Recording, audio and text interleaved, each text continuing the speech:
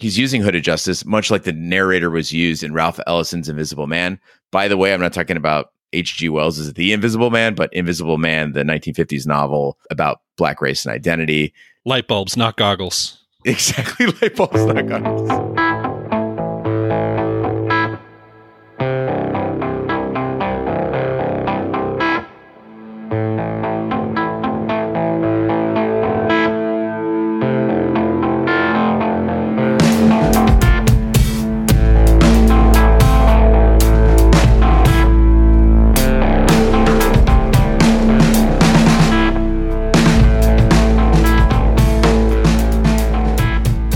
Welcome back to Shat on TV Watchmen, the unofficial podcast companion piece to the hit HBO series Watchmen.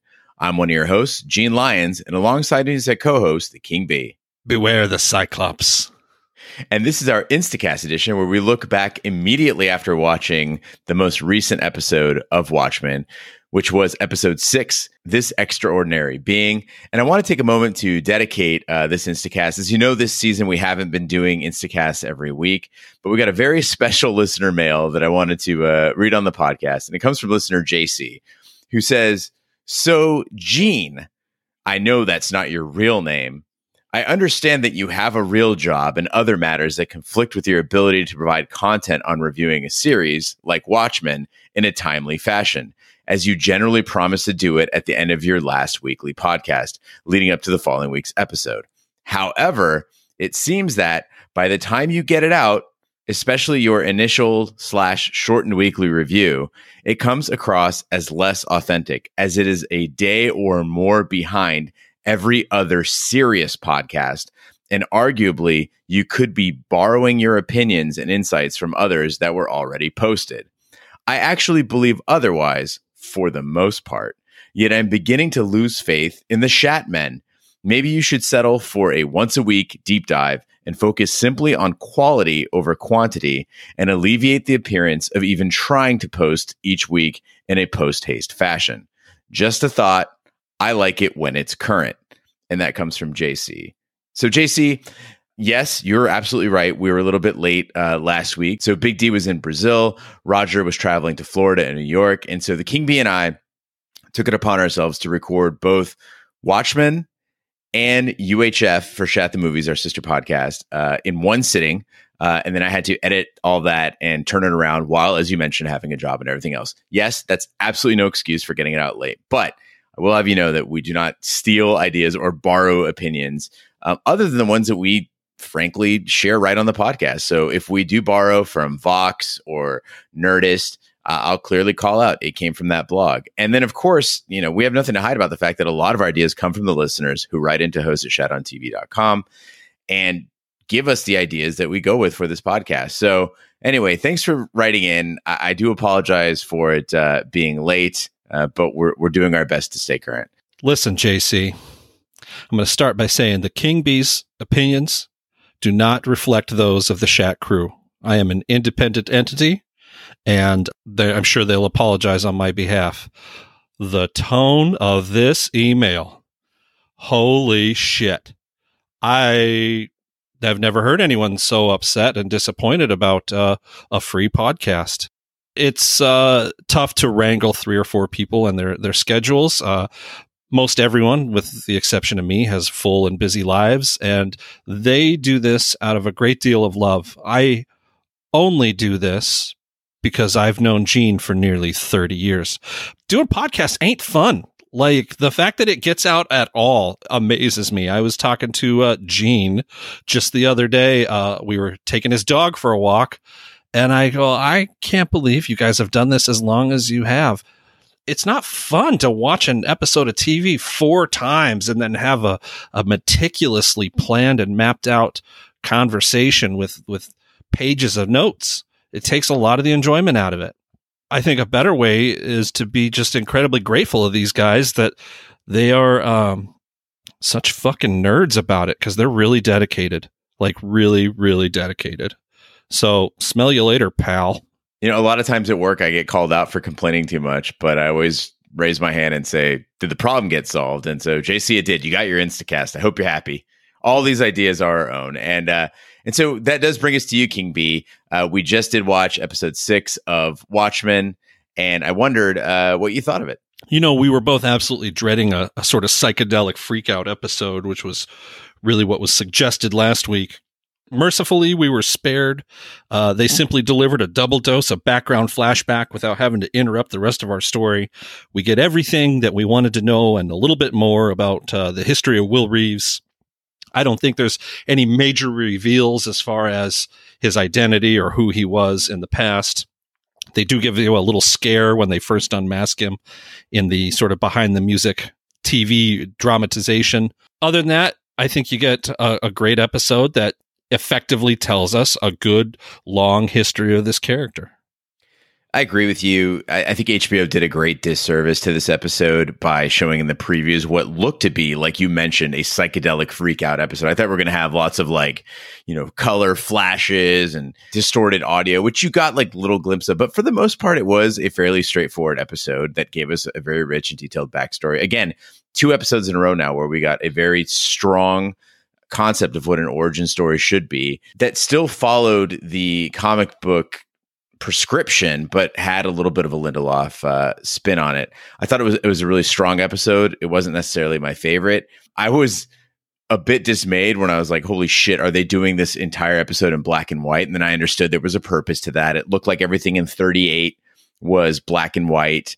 Everything in 2019 with the Judd Crawford hanging was in black and white. And then 1921 stuff was in color. And I'm sure there is some symbolism there. Also, it looks like we get our big reveal in the mind control Maglite that Will Reeves is wielding. Clearly, this device is going to have a big sway over everything that follows in the rest of our story. We've wondered from the get-go, how does Will Reeves do what he does being a man in a wheelchair? Not that people in wheelchairs are weak, but a 105-year-old man in a wheelchair who has shown a certain degree of physical frailty.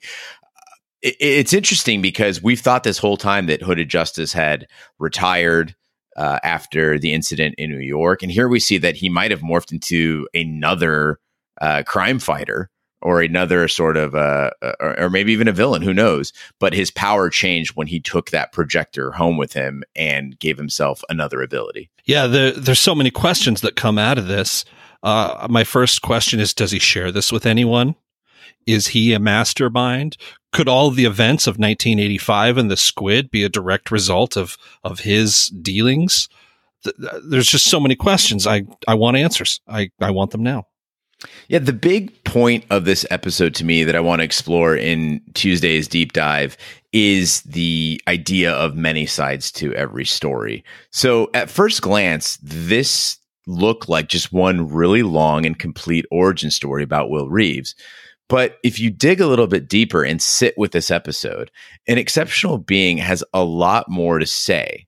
For me, it was mostly about there being many sides to a story. So on that American hero story, we see Hooded Justice as you mentioned, a handsome white man, kind of that generic hero archetype whose big secret is his homosexuality.